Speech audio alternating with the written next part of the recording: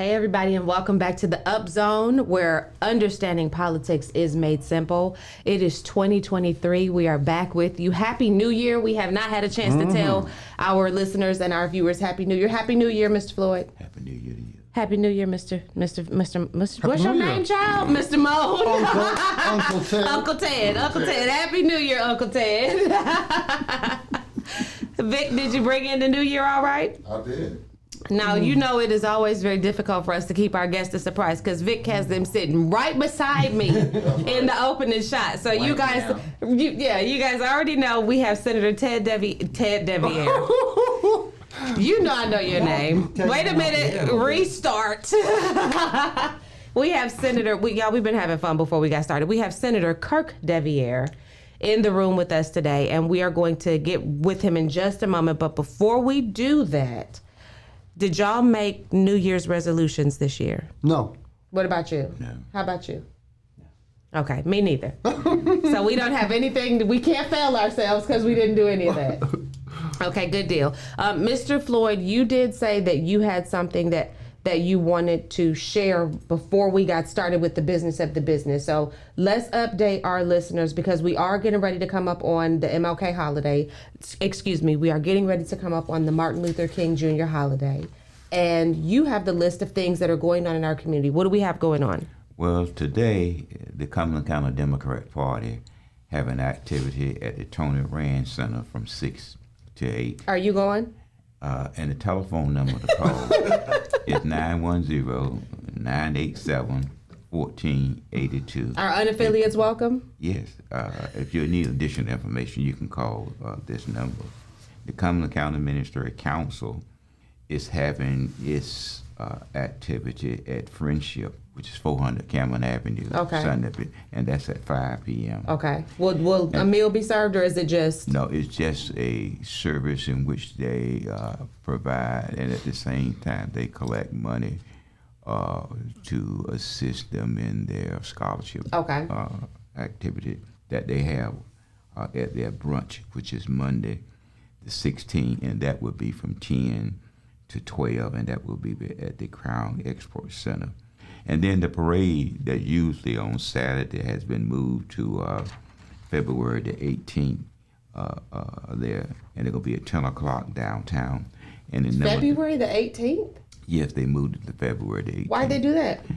Well, I'm just reading there now. Oh, okay. Go ahead, sir. Is there a number I can call and ask that question? I'm going to give that to you right now. And that number that you can call for additional information is 910-785-1912. And you can get some additional information because I don't want people to say that I'm trying to steal their thunder. I can dig it. You just giving out the information. I'm just giving out the information. We have not planned any of these activities. We don't stand to gain or lose from any of them. We are just sharing the information. So like they tell you on Sunday mornings, please govern yourselves accordingly. What about the prayer breakfast?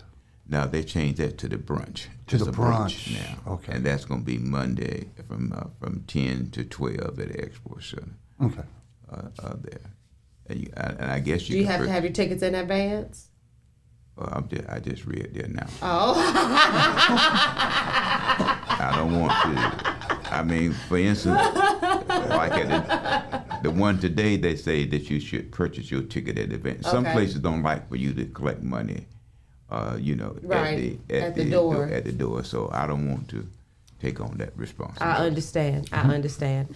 Okay, so those are the activities that we have going on. So I really just want to get to the gritty in the city and the word on the curb. So we all know that this was probably one of the most publicized senatorial races in the state of North Carolina this election cycle. And it was so because of the governor's very public involvement. So let me say this, because I woke up this morning and I said I need to do this before we even get started. I want everybody to know that before we start this interview, I have a great regard for Kirk as an individual.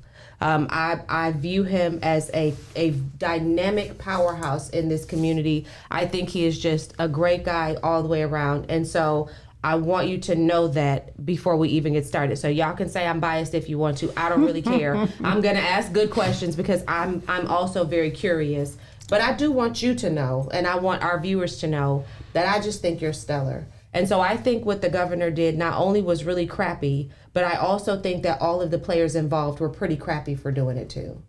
Now, with that said, what do you think about the governor's involvement in your election? We're just going to get right into it. Let me say this first. Go ahead. You know, now, Kirk is like a jet. He's the afterburner. You know, when a jet get over the ocean, then they do the afterburner, which is that sonic boom. Mm-hmm. The first incident of the executive branch involvement in politics was in Elmer Floyd. Elmer Floyd, yes, this is true. That is very true. Let me make that. See, what is there is that we in Cumberland County cannot elect our representatives to serve us. We have to be told who is going to be there. We need assistance in order to do that. So let me make that very clear. So Kirk is just the afterburner. Okay, afterburner. Well, I may have been the afterburner, but I was the first one that Governor Cooper came out very publicly and went against and used his very deep political arms across the state to ensure that I was unseated. I look back at Representative Floyd's race, and those tentacles were used there in advocacy groups, and he had other people doing his dirty work. But unfortunately, in this instance, he was very public about it, and so was his political arm as well. Well, Kurt, I mean, you had to remember that the governor came here and went to 4 churches and asked the community to sort of whip Floyd in line to think the way that I want him to think. That's a horrible. I remember. That's a horrible visual. So, but it was not as direct as was with Senator DeViere. But I think that speaks, Representative Floyd, I think that speaks to the core of the issue, and you and I have talked about it before. So, to kind of answer your question, Tisha, it really boiled down to the Governor Cooper and his political arm, and there's a group of people that make that up, that they want extreme loyalty, no matter what. They want you, and I was told, push the button we tell you to push. Period. Mm-hmm. When we tell you to do something on a certain issue, we expect you to do it. Extreme loyalty, no exceptions. I think for people like me, and I know for people like Representative Floyd, I think our actions showed it. That's just not how I legislate, and that's not how I lead, and it's not who I am as a person. And so I think at the core of this, it's around that. That ideology that you are loyal or else. You are loyal or else. There's an extreme loyalty litmus test, and if you don't pass that, we will do what it takes to eliminate you. And people asked me if I knew it was coming. I did. I was threatened. Right. Directly. We will come recruit your replacement. Right. We will come down to Cumberland County, and we will find somebody, and we will fund them, and we will beat you. And that was said directly to me in the governor's mansion. I'm really glad to hear you say that, Ted, because I think that... Why do I want to keep calling you Ted? Because I was getting ready to come to you, Ted. I'm really glad to hear you say that, Senator DeViere, because... Kirk. I know. Because I think when it happens to people who are individuals in politics, and I think that many of us, or if not all of us at this table, have found ourselves in that position. And to hear you affirm, this is a reality, that in the political structure, there are players who have the ability to manipulate this board either directly or indirectly. And if you do not play their game, they will try and wipe you off the board. And so it is really good to hear you confirm that. But I want to go back a little bit because... Can I just say one thing for you? Absolutely. So let me tell you what my response was. Okay. So my response was very clear. Senator doesn't define who I am. That's right. Husband and father define who I am. So I'm going to do what's right in the best interest, what I believe is in the best interest of my community and state, and you need to do what you feel you need to do. That Do was what you my got to do. response. Do what you got to do. So when I met you, after I met you, and I decided to run for office, and I met you serving. It was in the middle of Hurricane Matthew. You were down at the apartments at the end of Murchison Road. They were Mount Sinai. Mount Sinai. Mount Sinai, They were completely destroyed, at least all the first level apartments, because they were underwater. And you pulled up. You didn't pull up with pomp and circumstance. You weren't suited and booted. You pulled up. You took a survey to see what was going on. You talked to the people. You introduced yourself to me. You didn't lead with, "Hey, I'm Council Member Kirk DeViere." You just led with, "Hi, I'm Kirk." And we just chatted for a little while. And I saw you come down there, assess the need, determine what you needed to do, and then I would assume you went back and got busy getting to work. But that's how I met you. Shortly thereafter, you were running for mayor of the city of Fayetteville. And I remember, and this is relevant, you guys, because I remember you held an event. I decided to run for city council. So you were holding an event, and it was hosted by Val Applewhite. And it was an event in the Taste of West Africa building. And it was a women's event where she was speaking your praises to the high heavens and pushing you for mayor of the city of Fayetteville. That was my introduction to both Val Applewhite and your political campaign, essentially. I remember her being very opposed to the idea of Mayor Mitch Colvin, the idea of a continuation of Mayor Nat Robertson. She was Team Kirk DeViere. What happened between then and now where we see this shift where now you become somebody who she kind of reveres as incapable of getting the job done? I think that's a question for Val. I mean, I think she's expanded upon it on her social media pages. I don't follow her on social media. So I think she's expanded upon it, but I think that's a question for her. What I can say is, her and our relationship has ebbed and flowed over the years. Okay. To being very close to being, where I was a target of some of, her comments. When all this kind of came out and when all this kind of happened in the primary, I was totally caught by surprise. I knew there was going to be someone that would run. But Kirk, now you got to look at the first person that was asked to run against you said no. That's correct. Said no. Am I permitted to name a name? Because I think it's admirable that they did that. Y'all can't. Let me tell you why I say that. But what I'm saying, okay, but that's the your first preference. person, and finding the person to admirable, run, right? Right. To find the person to run, the first person said no. Right. I will not do it. The other person who was out there said no.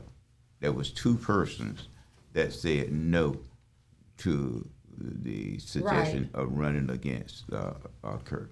Now, my question, I know you said you were going to Ted, but my question to you, Kirk, did you pay? Wait, before you ask your question, can I just get my can I just get the clarification? No, I'm not. Did you pay your caucus dues? Yes, I paid my $20,000. Okay. Now, can you get your money back? Nope. And paying this caucus due, the reason why I asked that of Kirk, no one on the Senate side made any complimentary statement in his behalf. I'm not saying whatever, just a complimentary statement on his behalf. After paying $20,000. See, one of my things in the House, I will not pay you my caucus dues to help you discriminate against me. I'm not doing that. And I did not do that.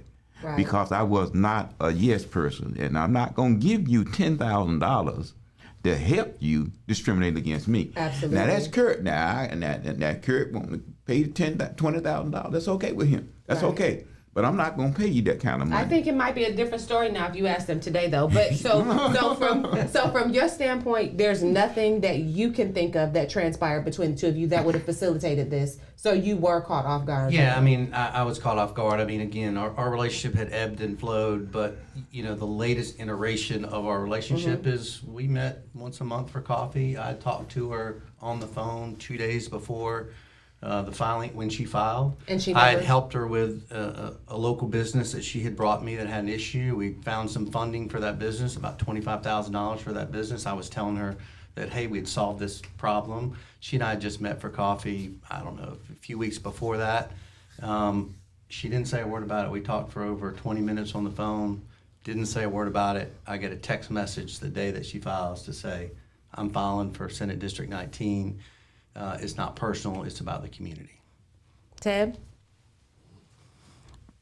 Well, I've worked with both Kirk and Val, and I enjoyed working with both of them. I was surprised on the last day that Val filed. I was looking at, what Senator DeViere Kirk has done, in this last 2 years, with the Medicaid expansion, things for the community. And I was looking at our local delegation, and I didn't see any reason that any one of them would be replaced by people in Cumberland County. They were delivering what To we asked Cumberland them County. to do. Absolutely. So I was surprised. And so I'm just going to have to see how this next 2 years go. Well, let me say this in response. Right now, we have what we call Cumberland County will be in a desert as it relates to funding going forward. You don't have that kind of leverage to negotiate. Now, one thing that Kirk and I had a disagreement on indirectly, and that was when Cumberland County got $132 million. Kirk said that he was going to stand firm with the governor. I said that I'm looking out for my community, which needed this money, which was a tier 1 community. So we had a disagreement on that. He said, I'm going to stick. And I said, I'm going to support. Because the key thing of it, and I lead this question, Kirk, you mentioned that you brought in $500 million, and the $136 million, about $500 million, was any of that $500 million put in by the governor?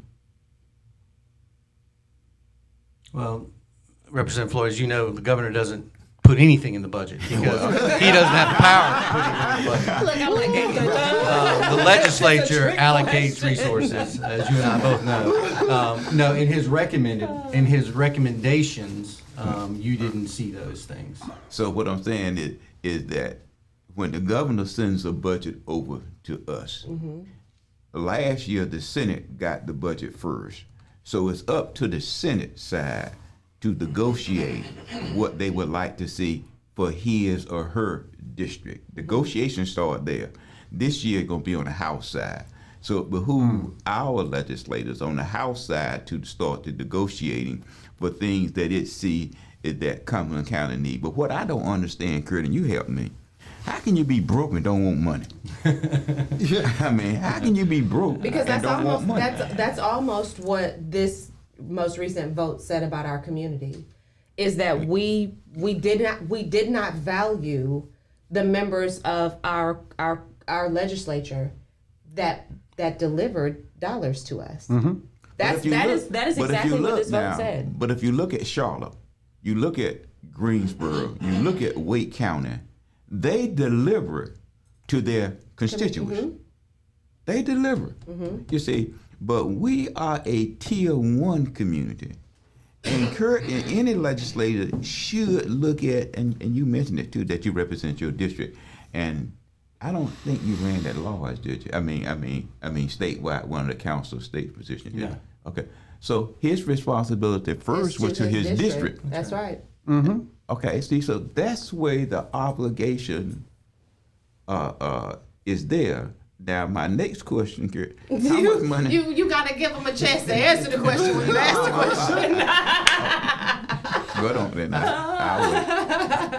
I don't know if there was a question, but I think the point on in 2019 when you were serving and I was serving and there was a budget and I chose, as you said, to stand with the governor. What I chose is I believe that we could negotiate through that, and we were using the tactics we were using would get us there.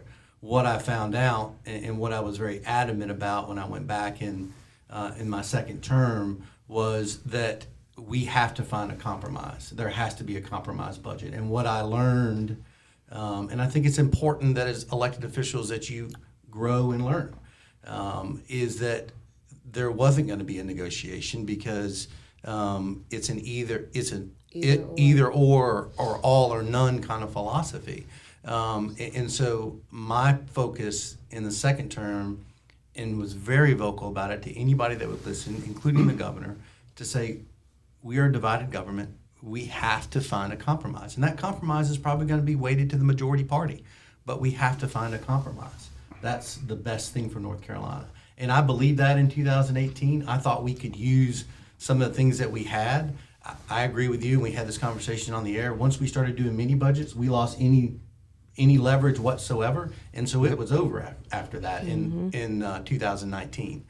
You know, this previous long session, 2021, was a different story.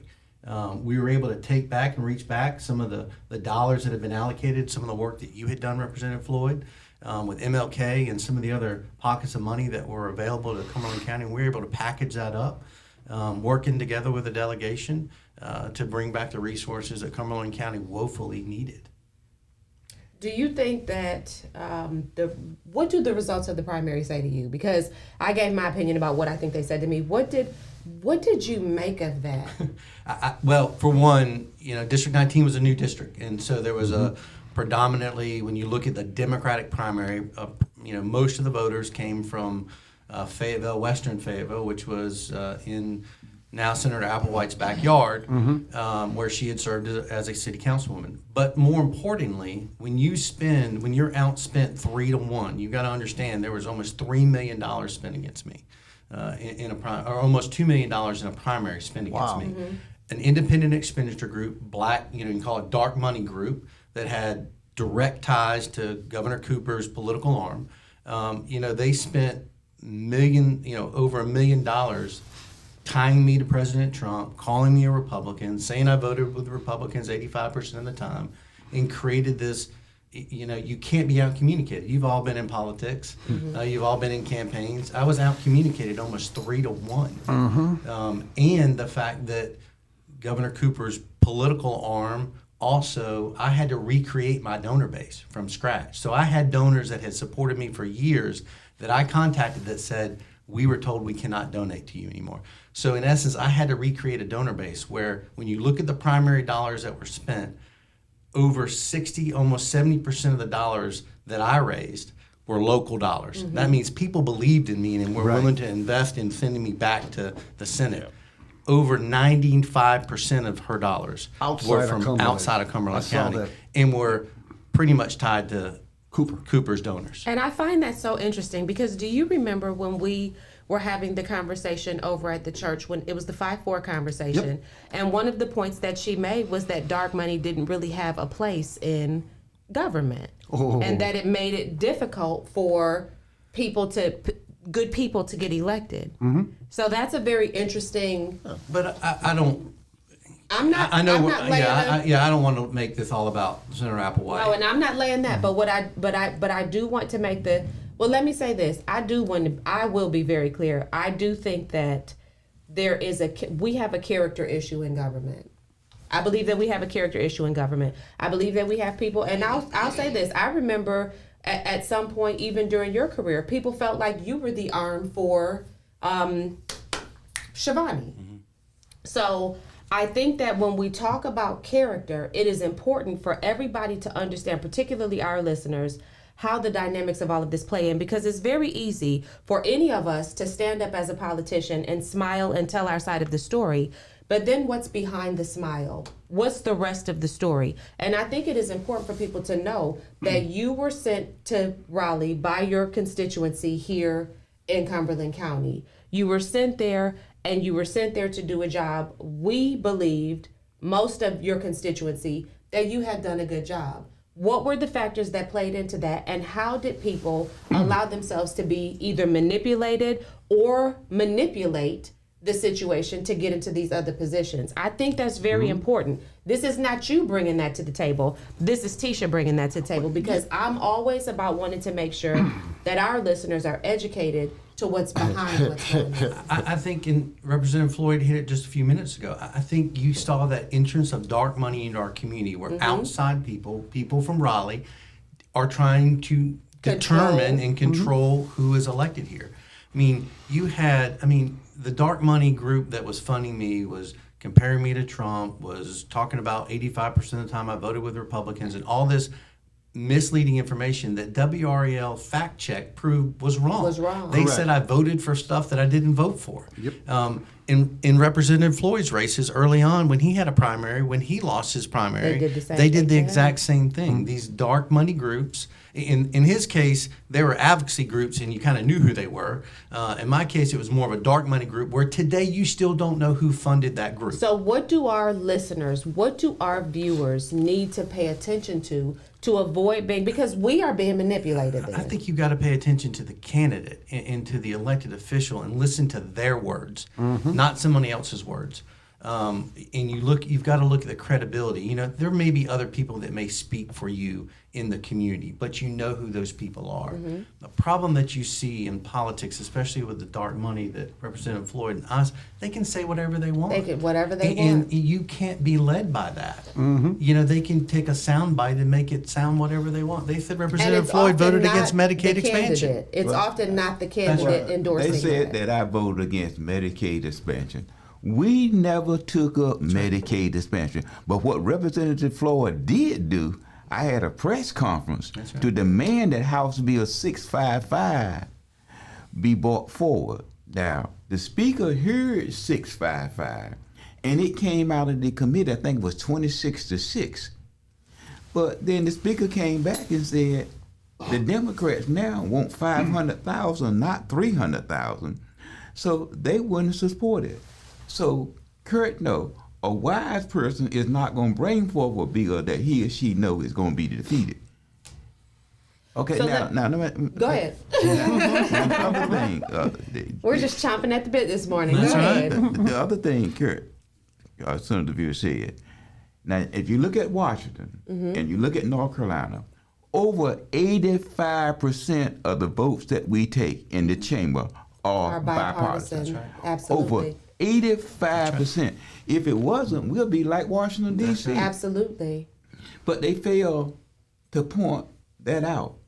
Now, the thing that we don't look at, not only there was the same incident similar done in southeastern North Carolina with a lady who has a medical disability. They was the same thing done there. So we cannot, as a party, keep dividing the party and expect to have success in 24. So that was going to be my next question, was the party politics of it. How do you, one of the things that we really try to dispel at the table is this idea that partisan loyalty is the best thing for a community. So given what has happened in your election and given what you've seen across the board politically, what are your ideas about the hyper-partisanship of politics and where do you stand with the Democratic Party? I'm still a Democrat and I'm still, part of this party. Actually, during the general election, I went and, I worked in multiple Democratic campaigns to help Democratic candidates get elected. I went, even some of my Senate colleagues across state, one was a newcomer and one was a returning member, and I went and canvassed and worked for them and did some work here locally for some folks. I think the partisan politics is always going to be there. It's because we have a two-party system and it's who we are, and it's actually what ends up moving Raleigh and moves DC. I mean, that's just how it operates. The thing that I hope we can do and the citizens can do is begin to peel back through it and really look at what impacts them and who the person is and listen to the candidate. And that's harder as you go up the ladder. It's easier to do when you've got a city council district, and you've only got 5,000 people or 8,000 people or 10,000 people that you're talking to. Once you start getting up to 215,000 people, 130,000 people, and then congressional races where you've got 800,000 people, it becomes a little bit different. And that's where the more educated voters we have and less low educated voters we have, and I don't mean educated, I mean in knowledge and knowing the issues and knowing where people stand on those issues, I think is important. But I'm not going to sit here and say it's all going to change, and it's the world we live in. I mean, people ask me that about, Governor Cooper. I knew what was going to happen. I knew what was going to happen. They threatened me, and it was very clear. And I probably knew that I was probably going to lose that race based on the demographics. But we've got to continue to have people that stand up for elected office, that are more concerned about the people than keeping the seat that they represent. That's good. Ted? Yeah, well, I can say Cumberland County has some low information voters. Working the polls the last several years, presidential, and the last year, looking at hundreds and hundreds and hundreds of people coming through with a piece of paper that's been Xeroxed. They are told who to vote for. It wasn't their sample ballots. It was who to vote for, and they take them right there into the ballot, put on the table, fill in the bubbles, and they vote exactly how they were told to vote. Probably not even understanding the demographic, the dynamics or the differences between a Senator DeViere or a Senator Applewhite. They were told who to vote. Well, and they're like sheep. I watch it every year. Well, when you look at it, we just don't take votes and just vote. There's a lot that our LA and others help us in making a decision. It was just like one of the incidents that Senator DeViere voted on, and that was the school opening. See, you just don't go in there if you're wise. You just don't go in there and push a button just because someone said for you to push that button. But that's what our voters do here in Cumberland County. They do what they're told to do. The legislators. So you got to be very careful, because one thing that people look at is that how you flip flop. So you got to be certain about how you vote on the issue. And again, and I watch. Some wanted the school open, some didn't. And at the same time, and if you go back and look today, is that they are trying to strip the governor of every political power that he has today.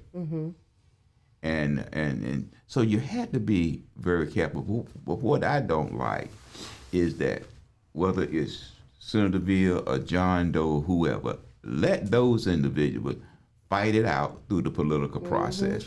But when you step in, you divide the party. That's right. Absolutely. You divide the party, because everybody don't like Florida, and you got some people that do like Florida. And so, that's going to divide the party as it go forward into election. Some people, just like when I lost, some people said that based on what happened, they just didn't vote. Yeah, and I think that based upon what we saw happen in this particular this election that we're referencing, I think it did turn off a large population of voters. I do want to ask you this, though, about the party, Senator DeViere.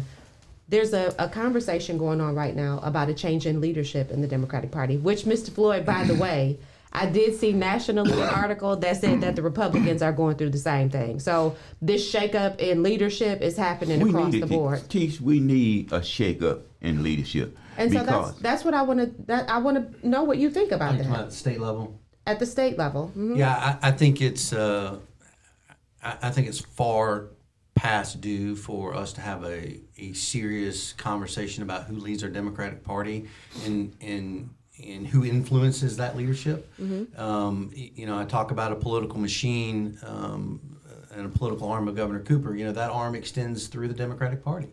And sometimes that's good, but sometimes that's dangerous. It's good when it works in your favor. Well, but it's not even that. I still think that's dangerous when one apparatus controls the funding and you follow the money into advocacy groups and into the party and into everywhere else. It can become dangerous. absolute power corrupts That's right. at the end of the day. And so I think what's happening right now. That's right. Say that again. Absolute power corrupts. It does. It does. And I think what you're seeing in the Democratic Party right now, I mean, people want to walk around and say, we did well as the Democratic Party this time in 2020. Like, we held back, we lost the Supreme Court. We lost the appellate court. Yep. We lost the Senate. We basically lost the House. It's a working supermajority. Yep. We lost local school board races. Mm-hmm. We lost a U.S. Senate race. Mm-hmm. And we gained one U.S. Congress or one U.S. House seat.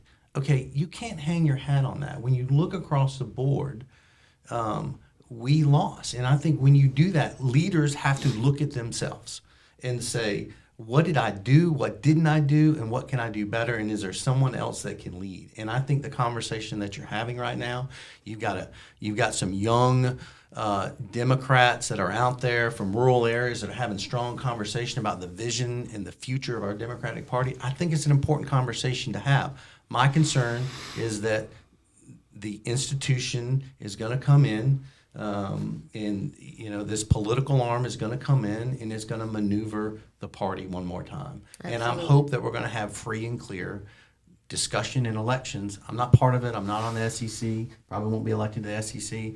But I think what's happening in the Democratic Party right now is needed. So we're going to take a 2-minute break, and then we're going to be right back. Mr. Floyd has something that he wanted to add to the discussion about the change of leadership. So we will come right back to Mr. Floyd as soon as we get back from our break. So 2 minutes, hang around. We'll be right back.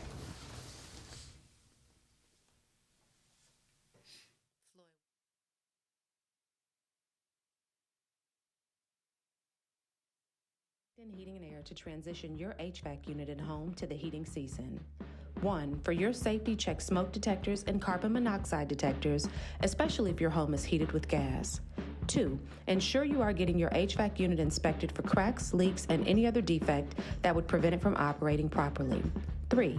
Make sure your unit is clean to maximize efficiency. 4. Check your filters and make sure you are changing them every 30 days. Note, you do not have to buy the most expensive filters. And 5. Avoid running your heating system on emergency heat. This is the most expensive form of heat. Langdon Heating and Air's technicians operate with experience, integrity, and excellent customer service and can ensure your system is ready for this winter. Remember, managing small issues costs much less than major repairs, so be sure to have your system inspected and be proactive in keeping your maintenance costs low. Service plans are available. Call Langdon Heating and Air at 910-745-7228 for more information.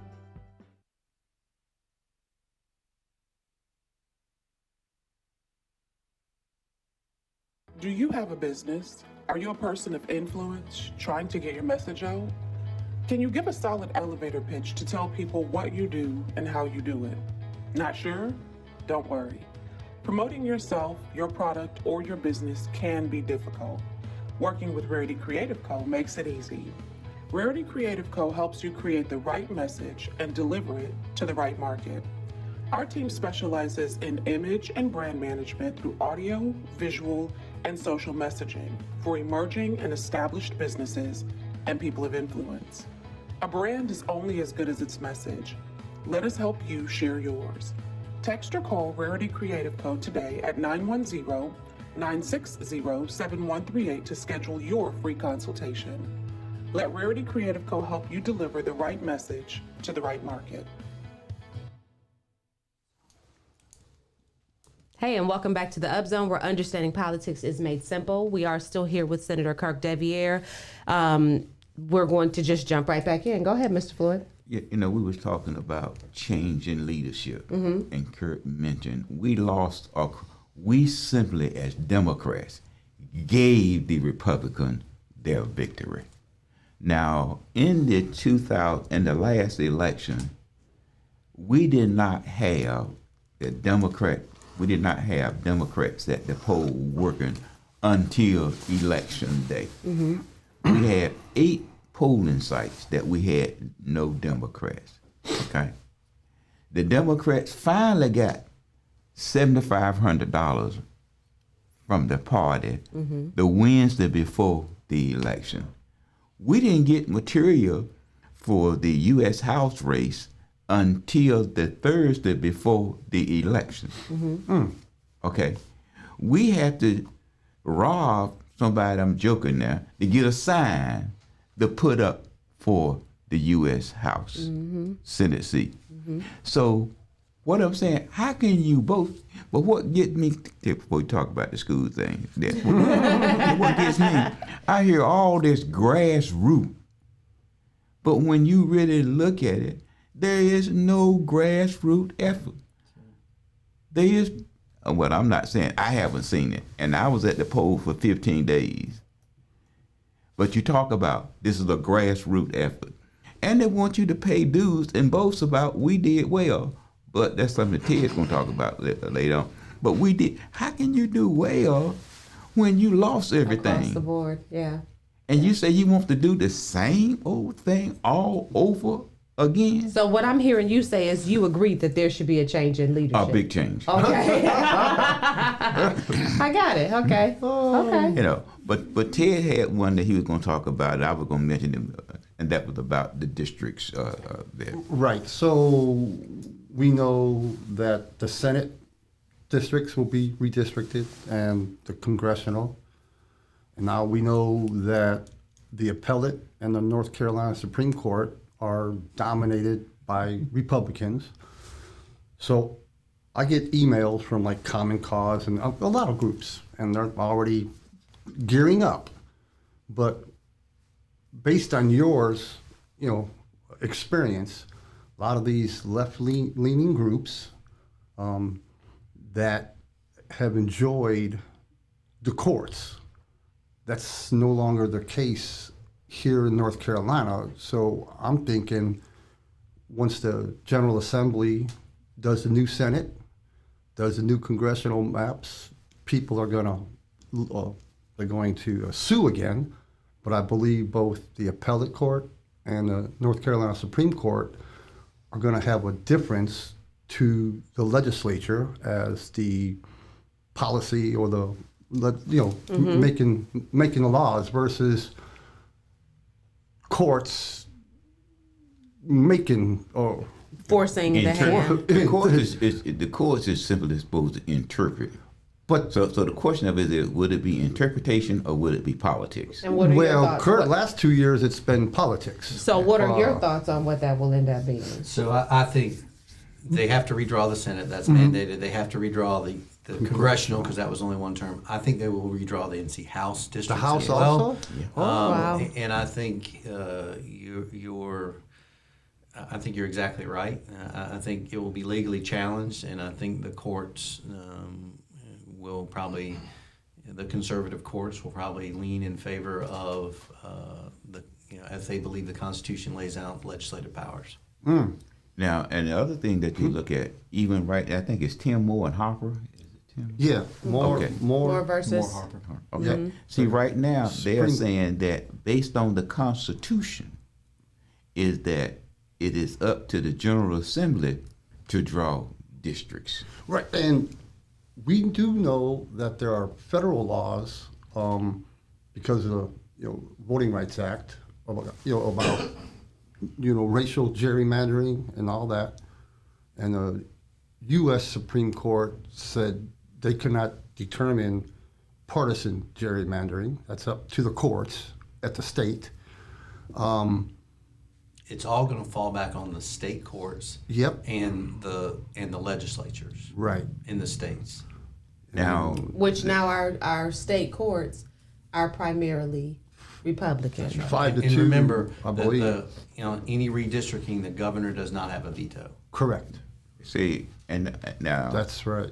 the other thing that lies with that redistricting is how even as you mentioned is that they are going to the House. The House said they are satisfied with their maps, but if you look at it, I don't think that they are because they lost some seats, so they might want to be a part of this redrawing there. But when you really look at it, it's going to be somewhat difficult to get maps that are going to be pleasing. Now, to have a commission to draw the district, the question of it is, everybody who has been Democrats or Republican that's losing said they want to have a bipartisan commission. Right. To There's draw no such their map. thing, though. No. I learned that when I started, because in my naivety as a freshman, city council person, those were the types of things that I would think, like, well, why don't we just appoint? There's no such thing, because once you start appointing people, and I learned this through the appointments process, you vet who you're appointing. You look to see, do they think how you want them to think? Are they going to move how you want them to move? And you can't guarantee that they're going to do what you want them to do, but you try and stack the deck in your favor. Like that is, so there's no such thing as bipartisanship. During the break, or non-partisanship, let's say that. During the break, you said something, and I said that is worth mentioning, because I think that politicians get a bad rap for being sneaky and conniving. So one of the things that you said, and we all can attest to the fact that we've all been judged as sneaky or conniving. Maybe not you, because I've never really heard that about you. But the three of us, we've probably heard that about ourselves. You said that you did not do anything except for once, and after that you said, I'll never do this again, that your leadership, that the upline in the Democratic Party was not aware of in terms of a vote. Yeah, so we, Democrats and Republican caucus as a group before they go into session. Explain what caucus is for people who don't understand. Caucus is along Democratic or Republican lines. So all the Democrats come together. It's called a caucus. We have a caucus meeting before, some people call it caucusing, and we do that before you go into session or on any major votes or whenever it's called by the leadership of the caucus. Both parties have it, both parties do it. The point that I made early on is I believe that it was always important, no matter where my vote was going to be, and I know that my vote sometimes was sometimes against the grain of my party, but my leadership always knew where I was going to vote. And sometimes on some harder votes or some more contentious votes, my leader and the whip, Senator Blue and Senator Chaudhry, would know on the floor before the vote happened. I would go kneel beside them and let them know where I was going to vote. And most of the time I would say it in caucus, because I thought it was also important that my peers knew where I stood, and I would vocalize that point. And if it was something that I disagreed with the administration, with the governor, I would sometimes have those conversations with him. The school reopening bill is a perfect example. I pushed for that early on based on what I've heard in the community. And they knew exactly where I was going to stand. The Republicans knew where I was going to stand. The Democrats knew where I was going to stand. And I believe that we needed to have schools reopen. And I think my actions forced that compromise that came back to the table, and we were able to hammer out a good pathway forward that the Republicans could agree to, the Democrats could agree to, and the governor signed off on. Now, my approach was a little bit different. What was your approach? I didn't let my caucus know how I was going to vote, because I didn't want to deal with the badgering. I didn't want to deal with that. So I did not let them know where I was going to vote, because most of the time, when you go in your caucus meeting, you discuss the bills that's on the calendar for that day.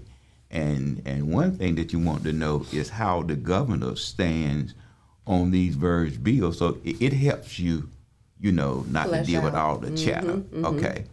In many instances, we ask the staff, the governor's staff, where does the governor stand? Not me. They would ask, where did the governor stand on this bill? Well, I don't know where the governor stands, but bear in mind now, the governor sees the bill and tracks the bill just like we do. Everybody else does, absolutely. Just like we do. Now, once we cast the vote, then they say, well, Senator DeViere is voting with the Republican. Well, that's after he done cast the vote, and the governor then look in the cloud and see how the state feels. Played out. Then he would, have a different approach. Then it comes down to Kirk or Floyd voting with the Republican. Well, every bill, you go to the one that's the most essential, is that you ask the question. And 85% of the time, you've already indicated that people are voting with the Republicans because there's bipartisan support. All of us are voting 85%. Together. And the Republicans are voting with the Democrats, right? Let me ask you this. You said something about SEC, I think. Was that what is that? Yeah, so that's the apparatus executive committee of the state party. Okay. State executive committee. So this is what I heard. Now, I don't know if it was a Freudian slip or if you meant to say it. You said, I may not get elected. Are you running for a position in the SEC? No. I said I'm not part of the SEC. I don't serve in the SEC. Okay, I'm gonna have to go back and watch that because if I said that, it wasn't. It wasn't. What I meant was I don't get to vote on the only people that really vote on the party chair comes from the executive committee of the state, and those are made up by multiple people that comes from the different counties, et cetera. The way that our organization structures work. Republicans do the same. The Republicans pretty much do the same thing. Now you have a marketing background. I do. I have a marketing company. Right. I was getting ready to say that, but I'd rather you say it. So, being that you are well versed in marketing, is there a future for you outside of being a politician? Do you think that you will continue to want to be in the political realm, or do you think maybe you might lend your services to the party as a consultant or run for a position with the party? I will not run for a position with the party. Okay. I can tell you that, and I know we're getting close on time, and I know that's one of the things you wanted to know, kind of what's next for me. I think for me, I was very focused on finishing my term the way I needed to finish, making sure the constituents were taken care of, and that I transitioned it the way that it needs to be transitioned. I felt we've done that. We thank the people that have supported us along the way. We're going to let the dust settle a little bit. God has had his hand on this journey of mine and my wife's for many years. Because who else loses mayor and then wins the Senate? That's right. Yeah. So I believe that this is his journey, and we're going to continue to stay prayerful. But as my wife likes to say, service is in my DNA. So I don't doubt that I will serve in some capacity. We'll stay prayerful and see. And I know that there's a lot of people in this community that are praying with us to figure out where that is. And we have a lot of people talking to us about a lot of different options in ways that we can serve, both as mostly an elected official in an elected capacity, but in some other roles as well. But we'll see. Right now, it's good to be back in my business. It's good to spend time with my 6-year-old and my wife. And because they've really shouldered the burden over the last many, many years. And so it's good to get that time, but we'll see what the Lord has to say. That's next for you. That's a good answer. Y'all got any questions for the senator before we wrap this up? I just want to thank you for your service. I mean, I thought both you guys, actually did very good for Cumberland County. Absolutely. I wish both of you would still up there in Raleigh. I've seen nothing that either one of you have ever done that would make me not want to vote for you to keep you there. But now, we got a very junior delegation.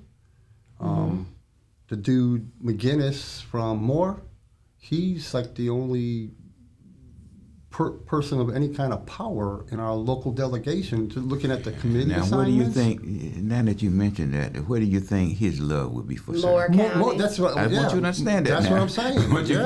I mean, we're not mad about it. It just is what it is, right? So when we have our local delegation meeting, with the county and the city and the PWC, whatever, you got one person that has any real power in the House or the Senate. For Cumberland County. Yeah, I mean, and I do want to say, because I've been sitting here thinking about, scary. well, I'm away. I want you to give your last moments, and then we'll wrap it up. I just, when I asked Kirk to come on, I shared with him that I sold the article, and I think it was on DeViere and also in the News and Observer. And I said, I would like for you to come on, and and just share with us what your thoughts are. Just be open, and he said that he would. And, good. Any questions was an open question. So I just want to say thank you for that. Thank you. Now, and my last thought, you see how the party operates. So yeah, I very learned much a so. lot today. So I want to say, and I appreciate you making this distinction for us. I do want to be very clear that I do not lay any blame at the feet of your former opponent for any of the dark money ads that ran. However, what I'd like to see from every politician, every candidate in any election at any level moving forward is the renouncing of negativity in campaigning and standing on being able to say, no, that's not true. Even though I still want to beat this person, that's not true, because we need the truth. We need the truth, and we need to be able to understand what is reality and what is fiction. And the only way that I think many of those voters who get this messaging will hear that is what you said, by listening to the candidates. And I think that it will take both of the candidates being deliberate in being honest and truthful, not just about themselves, but also about their opponent. And I'm not saying you got to go out and stomp and campaign for your opponent, but you can most certainly stand up when something is not valid and it bears your information as well, and say, I don't endorse that. That's not valid. I know, Mr. Floyd. I know, but a girl can dream. A girl can dream. That's like, just like you dreaming to find a good husband or a good wife. But I found one. I know, So but I I'm just believe saying, dreams can come true. but not in this particular. In that instance. It's gonna be hard, but just like in Senator DeViere case, when you know something is wrong, Yeah. and not that you want the person to do whatever, but just a complimentary statement saying just that this person is a part of the Senate caucus, Right. and this is the first time that this has been done, and it's unusual. Nothing came from the state, House, nor Senate caucus. Well, I think The only to your person that said credit, anything was Representative Billy Richardson. He was the only one that He did. He came- went on the record and He had did. something to and say. had something to say about the governor's endorsement. And I'll say to your credit, go ahead, because No, because the same thing that the same person that he mentioned said that the person in the executive branch is going to teach Florida a lesson, even if it means losing the seat. Yeah. That was said. I believe you. Okay. So to your credit, I will say, no, maybe none of them said anything, but I heard a lot of the community speak out on your behalf. And I've continued to see them be very affirmative of the good work that you've done. And to me, that means more than anything. I mean, at the end of the day, my number one job was to help people. And if you happen to read anything, kind of my post op-eds, and that's what I talked about. It was, for me, it was about the people that we were able to touch their lives along the way and help them. Just like the day we met, Yeah. helping those people Helping at people. Mount Sinai, helping veterans, helping single moms, helping, just different people across this community. And for me, that's what it was about, and that was my number one job. And those people changed my life in a lot of ways, and I hope that I impacted theirs. And I think the other thing that I hope, and I know we're winding down, if I Go can ahead. get two Go seconds. I first, thank you for having me on. I know that I said I wouldn't come on until I wanted to make sure I was through the election, and the election was complete. I thought I wanted to be respectful of the democratic process. But I do hope that as people in this community, whether you're running for office, you're in office, that they take away that you've got to always do what's right for the people at the end of the day. You can't be, that I can be potentially that example to others that say you can't be worried about the seat that you hold. You got to be worried about what's, what you do for the people that you actually serve, and that they're more important than the seat that you have, whatever that seat is, at whatever level it is. And that the people saw somebody that fought for them every day, and that I was okay to disagree, and then I showed that you can, as Representative Floyd did, that you can reach across the aisle and you can have conversations with people, and you can get good things done, and you can still stand on your values and still stand on for the things that you believe in, and disagree on certain aspects, but still still be able to find solutions and help the people across the state. So That's right. I'm extremely honored to have the ability, and I'm sure Elmer, Representative Floyd, feels the same way. I'm extremely honored to be able to serve the citizens of this community. And I know, and we'll see what the Lord has in store for us, but it's in my DNA, and I'll continue to do what I can to help the people in this community. That's excellent. Mr. Floyd, there's what in this world? So much good in the worst of us and so much bad in the best of us. To the behoove none of us to leave here talking about the rest of us. And I will end by saying, and I think Kirk pretty much summed it up, the late, great Bill Crisp, with whom we all had an opportunity to work, used to tell us, and he meant this thing, if you don't be so busy trying to keep your job, that you don't do your job. Yep. So to every political person out there, we say, just do your job. Just do your job. And as I told this delegation, I wish them the best, this new delegation, and I've told every one of them, including the person that is now representing District 19, that I'm a phone call away if I can answer any questions, because at the end of the day, it's about the people in this community. People in this community. And if they fail, we fail. That's right. That's right. So that's it. That's our program for today. Again, this is the Up Zone, where understanding politics is made simple. Please remember to like, share, and follow. Also comment, because I want to hear what you think. So make sure that you go down in that comment section and leave a little comment. We'll do our best to like it or to respond back. And please know this, just because we hit the like button doesn't mean we like what you said. We just like that you said it. So that's a very clear distinction. Please remember that. But thank you again for tuning in, and we look forward to talking with you next week, where our guest will be who, Mr. Floyd? Who's our guest next week? Teach, you have that. I forgot my list. That's all right. We'll put it up on the podcast page. But Mr. Floyd went and just made a whole list of stellar guests all the way through till March. So we've got somebody hanging with us all the way through till March. So thank you for kicking off our series of spectacular visitors. Thank you, Mr. Floyd. Thank you. Mr. Moan. Mr. Waddell. No, just Tisha. Again, Happy New Year. We'll catch you next week.